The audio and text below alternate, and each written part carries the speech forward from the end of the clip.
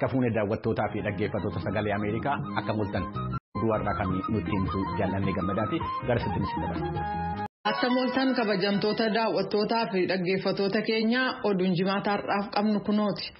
Itoophiyaa gama kaabaa naannoo Afaar keessatti walwaraansa gaggeeffameen mooraa baqattootaa keessa ka turan lammiiwwan Eertiraa keessaa 5 ajjeesuun kuma hedduun immoo akka dheessan gochuunsa tokkummaan mootummootaa beeksisee jira. Inni kun haleellaa gara jalqaba baatii guraandhalaa gaggeeffameerraa ka dhiyeenya kanaa ta'uu fi baqattoonni Eertiraa 100 caalan kanneen mooraa Itoophiyaa keessa jiraataa turan akka dheessan taasisuun kun walwaraansa baatii 15 lakkoofsise keessatti mooraan sun irra deddeebi'ee haleelamaa akka ture ibsameera.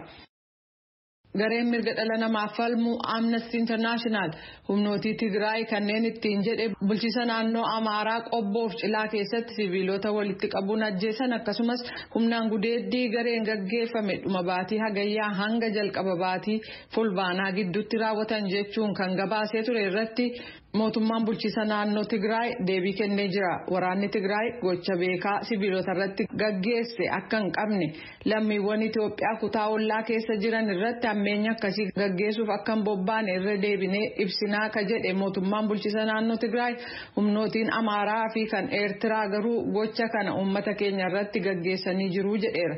Miseensota waraana keenyaan miidhaan siviilotarra ga'ee jira taanaan gadda nutti dhaga'ame ibsina jechuun kunis yakkaa jedhee jira. Yoo dhugumaan waraanni keenya akkuma jedhame yakka kana raawwachuusaa qorannaa gaggeessinuun bira geenye kanneen itti gaafatamoo ta'an seera duratti dhiyaatu jedha ibsi ba'e. Amnestiin humnootiin Tigraay siviilota hidhannoo hin qabne ajjeesan jechuudhaan yakka waraanaatu raawwatame jedhee gabaasuuf ariifatee jedhee jira. Gama kaaniin humnootiin Tigraay bulchiisa naannoo Amaaraa keessa ka jiran qobboof cinaa keessatti haleellaa gaggeessan yakka waraanaa fi yakka dhala namaa irratti raawwatame ta'uu akka danda'u gareen mirga dhala namaaf falmu Amnesty International gabaasee ture. Ajjeechaa humnaan gudeeddiif saamiinsi humnootii Tigraayin magaalaalee bulchiisa naannoo Amaaraa 2 keessatti gaggeessan jedhe kun dubartoota gudeeduu fi namoota ajjeesuun qaama wal waraansaa ta'aa dhufe jechuun gabaasuunsaa ni yaadatama. Hewaat waggaa hundeeffama isaa 47ffaa guraandhala 11 jechuun har'a bulchiisa naannoo Tigraay bakka adda addaatti kabajee ooleera. Ayyaana kana ilaalchisee durataa paartichaa akka ta'an Dr. Dabratsiyoon Gabramikaa'el ibsa kennaniin wal waraansa jiru mariif furuuf mootummaa Itoophiyaa waliin sochiin ture abdii kan kenne ta'us danqaan isa mudatee akka jiru ibsan. Raayyaa Tigraay itti fufsiisuu hiree murteeffannoo Tigraay kan heera biyyattiirra jiru daangaa Tigraay akkasumas waraanni Eertiraa Tigraay keessaa ba'uun qabxiilee arfan kan irratti mari'atamuun hin danda'amne ta'uu ibsaniiru. Gama kaaniin gamtaan amantoota wangeelaa ka Tigraay waajjira wal fakkaataa guutummaa Itoophiyaa irraa adda ba'uusaa Mulugeetaa Asbahaa Maqaleerraa gabaaseera. Ardii Afrikaa kutaa Saahel keessatti hanqinni wabii nyaataa guddaan mudachuusaa sagantaa nyaata addunyaa beeksiseera. Kanaafis sababaa kan ta'e gatiin bittaa qaala'uu sochiin shororkeessotaa dabaluu gaaffiin jiru heddummachuu fi weerara dhukkuba koovidiin kan ka'e ta'uu dhaabni tokkummaa mootummootaa kun hubachiiseera. Burkina Faasootti bakka bu'aan jaarmayaa kanaa akka jedhanitti haalli jiru akkaan sodaachisaa ta'uu fi baatilee dhufan keessa uummanni miliyoona hedduun beela'uuf akka jiru akeekkachiisan. Walitti bu'iinsi biyyattii keessaa karaa adda addaan uummata biyyattii miliyoona hedduu kan miidhe yoo ta'u nama akka Sa'iiduu Sawaadogoof immoo beeladaalee dhabee akka gara magaalaa galma mootummaa biyyattii Ogaaduguutti dheessu taasiseera. Yes, my animals were stolen. The terrorists came around 3 or 4 a.m. Eeyyeen beeladaalee kootu na jalaa hatame. Shororkeessonni barii jala gara sa'aatii 3-4 dhufan. Gaafa sana baay'inaan dhufanii hoolota gara 1,000 fudhatanii deeman. Guyyaa xiqqoodhaa booda immoo deebi'anii dhufanii bakka gabaatti moobaayilii namoota hundaa fudhatanii deeman. Achi boodadha kan baqachuudhaan murteesse. Raashaan guyyoota hedduu fuullee keenyaa keessatti Yukireeniin akka weerartu carraa guddaa jira jechuudhaan pireezidaantii Yuunaayitid Isteetsi Joo Baayiden dubbataniiru. Kamisa kaleessaa Ukraine keessatti olmaan daa'immanii tokko kan haaraa haleelame yoo ta'u aangoonni Ameerikaa kanaa fi Raashaa kumataa jiru. Waajjira haadhoo neetoo keessatti ministeerri ittisaa kan United States Lloyd Austin haasawaa dhageessaniin yeroo aga tokkoof deddeebinee Raashaan walitti bu'insa waraansaa kanaaf waan sababaa isheef ta'u waan tokko gochuu dandeessi jennee dubbataa turre. Wanna kanatti dhiyeenyaan hordofaa jirra. Oduun ammaaf qabnu kanuma. Hordoftoota keenya amma immoo gara gabaasaalee keenyatti aanutti ceena. Torbee kana manni marii bakka bu'ootaa uummataa labsii yeroo muddamaa ji'a 6 labsamee ture kaasee jira. Ibsa qibxata baaseen Komishiiniin Mirga Namoomaa Itiyoophiyaa tarkaanfii kana jajus namootaan yeroo kanaan seera malee hidhamanii jiranuu akka gadi lakkifamanuu gaafateera. Dubbii himaan ministeera haqaa Itiyoophiyaa Awwol Sultaan waa'een namootaan hidhamanii jiranii kun murtii haqaa idileetiin kan ilaalamuudhaa fi deebiin itti kennamuudha jedhaniiru. Daawit Galmoo gabaasa kana qopheesseera akka itti dhiyaata. Kibxata darbe kana paarlaamaan Itiyoophiyaa labsii yeroo muddamaa ji'a 3 ture hojiirra kan ture murtee naqee jira. Labsiin kun haa ka'uyyuu malee waa'een namoota yeroo labsichi biyya irratti ajajaa ture to'annoo jala oolfaman amma ijoo dubbiiti. Akkuma labsiin kun akka ka'u murtaa'een Komishinii Mirga Namoomaa Itiyoophiyaa ibsa gaafa hojii lammaffoo baaseenii warri sababa labsii kanaa akkasumaan hidhaa jiru akka hiikaman gaafatee jira. Obbo Misgaanaa Mulugeetaa qorataa fi hordofaa mirgoota namoomaa komishinichaati.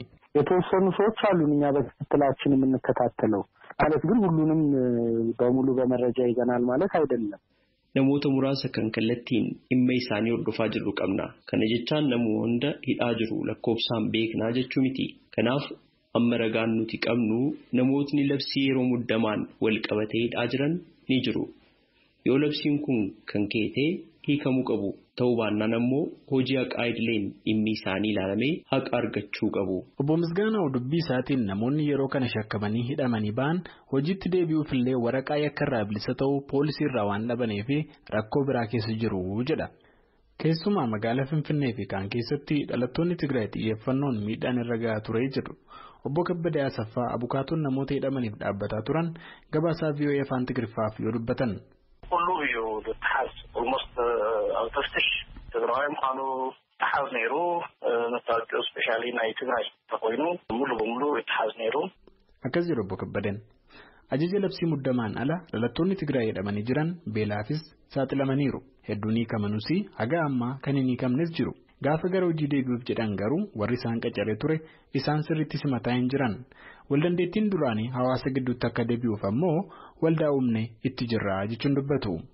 Gama biraan jiraatan maqaan isaa akka heeramu hin feene takka kan eenyee dhaabee akkas jedha.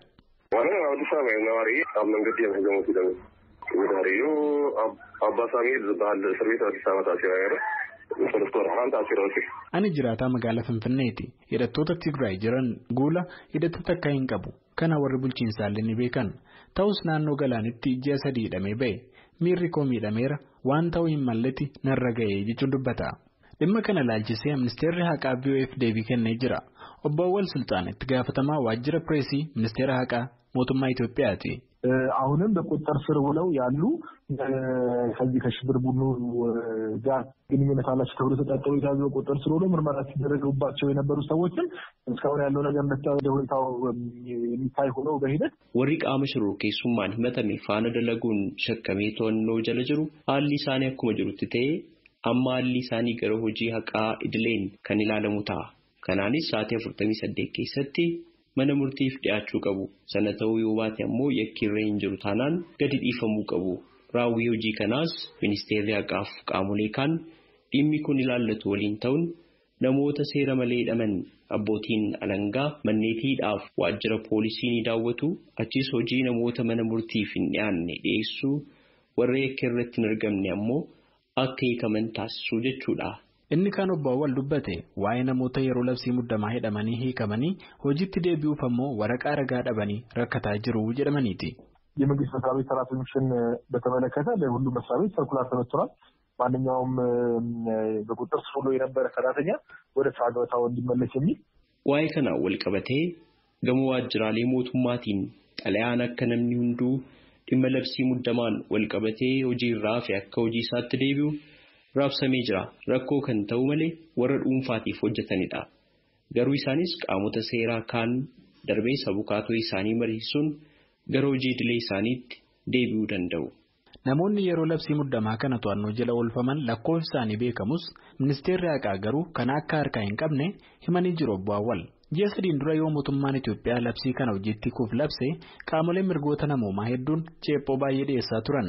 Kibxata darbe kana yeroo labsiin kun ka'u mootummaa Yuunaayitid Isteetsi dabalatee qaamoleen hedduun warreen yeroo kana hidhaman yaa'ikaman gaaffii jedhus mootummaa Itoophiyaaf dhiyeessanii jiran.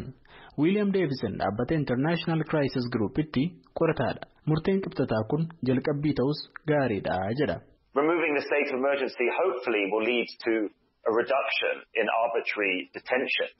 Labsiin kun ka'uun hidhaa jumlaa namoota irra gahaa ture ni hir'isaa, sichis namootni hidhaa jiran ni hiikamus jennee abdanna.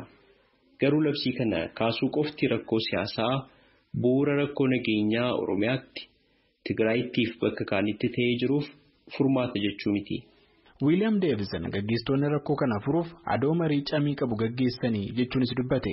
Koomishinii mirga namoomaa Itoophiyaatti qorataa fi hordofaan qabiinsa mirga namoomaa Misgaanaa Mulugeetaa qisaasa qabiinsa mirga namoomaa Itoophiyaa keessatti mul'ata jedhamuu fi qaamolee mootummaaf himaa jirra. Garuu deebii argachuun turuu mala jechuunis dubbatee jira. Gabaasa Sagalee Ameerikaaf Galmuu Daawit Finfinneerraa. Kanneen caffeen naannoo Oromiyaa bara 2013 labsiin ijaaree manni murtii aanaalee 200 ol keessatti hojii jalqabanii jiru. Jiraattonni tajaajila kana argachaa jiran gaaddisni dhaddachaa kun iddoo dhugaan keenya itti mul'atudha jechuudhaan raadiyoo Sagalee Ameerikaatti himaniiru. Manni murtii kun qisaasa yerootii fi maallaqaa uummataa akkasumas immoo baay'ina hojii manneen murtii irra jiru hir'isaa kan jedhu immoo mana murtii waliigalaa Oromiyaati. Gabaasa kanarratti Tsahaay Daamxoo waan qopheessite qabdi itti aanee dhiyaata.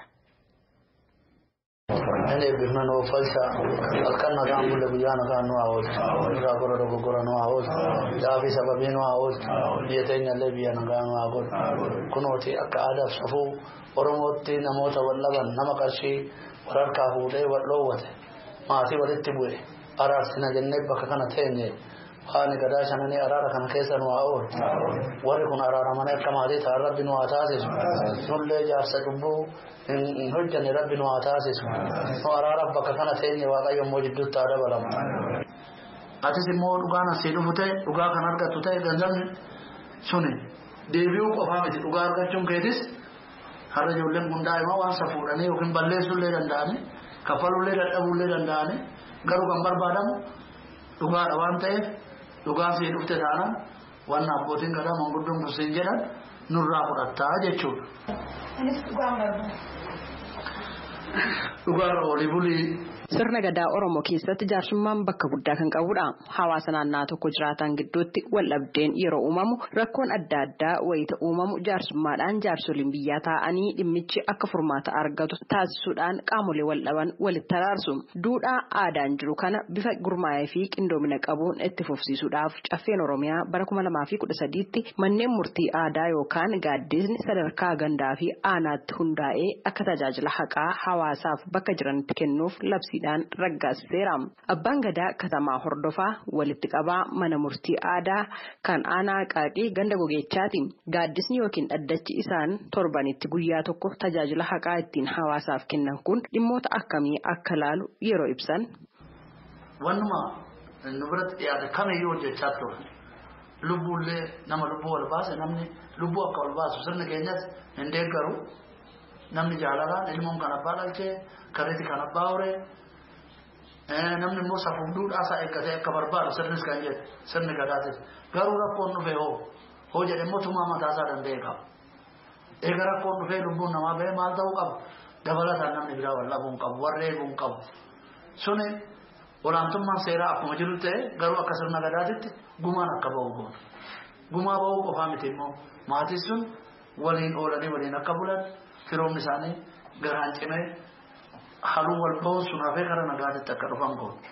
Manni murtii aadaa kan aanaa Aqaaqii fi magaalaa Dukam jalatti gandoota keessatti tajaajila kennaa jiran tajaajila isaan kennan wayita ilaalletti namoota himannaa dhiyeeffatanii dhimmi isaanii gaaddisa kanaan ilaalamaa fi jiru kanneen dhimma isaanii hordofan keessaa aadde Elfinesh Wandimmaageenyaw isaan tokkodha.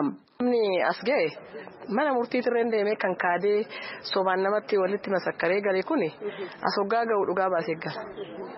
Mana murtiititti oduu kakuun jiru kakatanii injiruun fudhannee yookiin immoo kanaa baluun goonee jedhanii galan. Garuu as jaarsummaa kana gubbaarratti abbaa gadaa kanarratti goonee jirraa jedhan achi deebi'anii. Obbo Siisaa Gizaaw namni gaaddisa kanarratti dhimmi isaa akka ilaalamuuf himates ta'e himatame walqixadha lachuu mo'atee dhugaa argatanii galuu jechuun ibsaniiru. Keenyaan namni himadhee dhugaa argadheen ture namni maallaqa narraa fuudhee na kaadee horii narraa bitee foonii baddu dhugaa baasee asitti naa kaffalaa ture naa kaffalicha tokko dirasii ture. Ji'a jaannaa kaffalee maallaqa sana ofirraa fixate jechaadha. Manneen murtii kun akka aanaa Aqaaqiitti erga tajaajila kennuu eegalaniin asitti jechuun ji'oota muraasa keessatti galmee 130 ol ilaalaniiru jechuun abbaan gadaa katamaa hordofaa ibsaniiru. Gama biraatiin manneen murtii kunneen erga hojii eegalaniin asitti rakkoo mudachaa jira jechuudhaan abbootiin gadaa fi jaarsoliin biyyaa gaaddisa kana gaggeessan ibsaniiru. Manneen murtii kanneen itti dhiyeenyaan kan hordofu manni murtii aanaa kan aanaa Aqaaqii rakkoo gaaddisa yookaan dhaddacha kana mudataniif fala dhahuudhaaf hojjetaa jira jechuudhaan pirezidaantiin mana murtii aanaa Aqaaqii obbo Shumaamee Taaddasaa dubbataniiru. Amma rakkoon isaan biraa mul'atu dhugaadha. Barreessaan qaba. Kan qofa miti galii isaan biraa argamu jira. Galii isaan biraan argamu kan adabbiidhaan argamu jira. Kan gumaachaan argamu jira. Sanis sirneessuu barbaada jechaadha. Manni murtii aanaa kunneen dadhabbii fi qisaasama yeroof maallaqaa hawaasarraa hambisuudhaan rakkooleef waldhabdee dhimmoota garaagaraa hawaasa gidduutti uumaman jaarsummaadhaan fala dha'uudhaaf hojii hojjechaa jiru keessatti rakkoon baajetaa mudateera. Yeroo dhiyootti rakkoo kana furuudhaaf hojjetamaa akka jiru kan dubbatan immoo obbo Bookii Miidhagsaati. Itti gaafatamaa waajjira aadaa fi tuurizimii magaalaa Dukam.